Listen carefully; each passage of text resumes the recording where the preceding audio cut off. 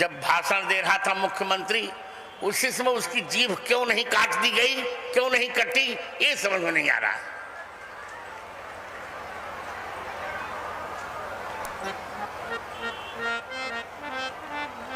मेरा प्रश्न है कि क्या भारत सरकार ने बिहार के विधान परिषद को वात्स्यायन शास्त्र की व्याख्या करने के लिए कहा? वो भी वात्स्यायन शास्त्र की व्याख्या नहीं है, ये प्रजनन क्रिया की प्रक्रिया को ही ये बोल गया मूर्ख। तो क्या बिहार का सदन काम शास्त्र की व्याख्या का सदन है कि नीति शास्त्र की व्याख्या का सदन? ये मुझे नहीं समझ में आया।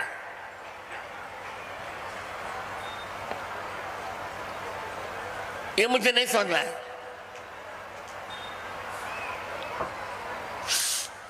सदन होता है देश और प्रदेश की नीति निर्धारण के लिए।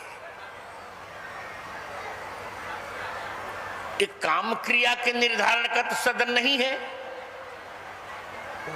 जो पशु भी जानता है ये कौन होते हैं बताने वाले।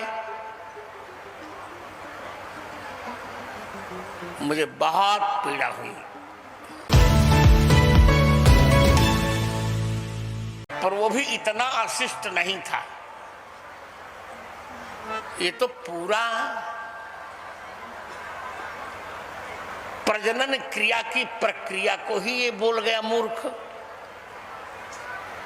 तो क्या बिहार का सदन काम शास्त्र की व्याख्या का सदन है कि नीति शास्त्र की व्याख्या का सदन? ये मुझे नहीं समझ में आया।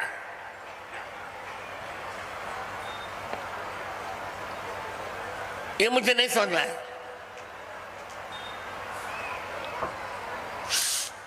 सदन होता है देश और प्रदेश की नीति निर्धारण के लिए।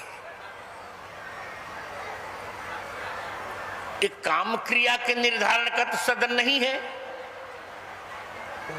जो पशु भी जानता है ये कौन होते हैं बताने वाले। मुझे बहुत पीड़ा हुई। महिला आयोग क्षमा मांगने से क्या होता? आज क्षमा मांग कोई बात हुई? मां को गाली देकर फिर क्षमा मांगो?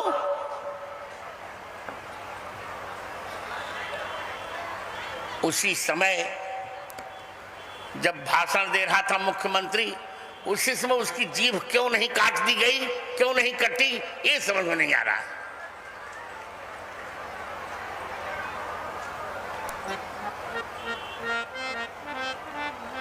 मेरा प्रश्न है कि क्या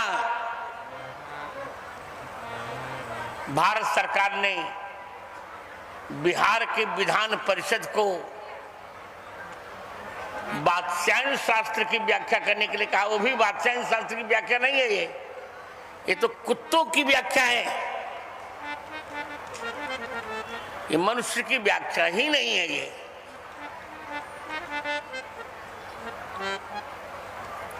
कुत्ता भी शिष्टता रखता है।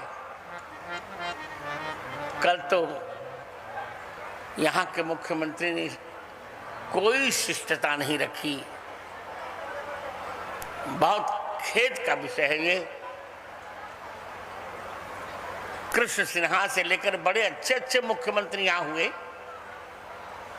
बहुत अच्छे अच्छे लोग, इसमें दो राय नहीं।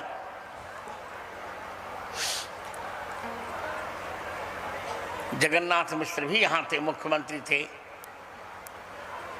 ठीक है, लालू बाबू विनोद करते हैं, अलग बात है, पर इतनी अशिष्टता तो लालू बाबू ही नहीं कर सकते, अलग किया उससे कभी।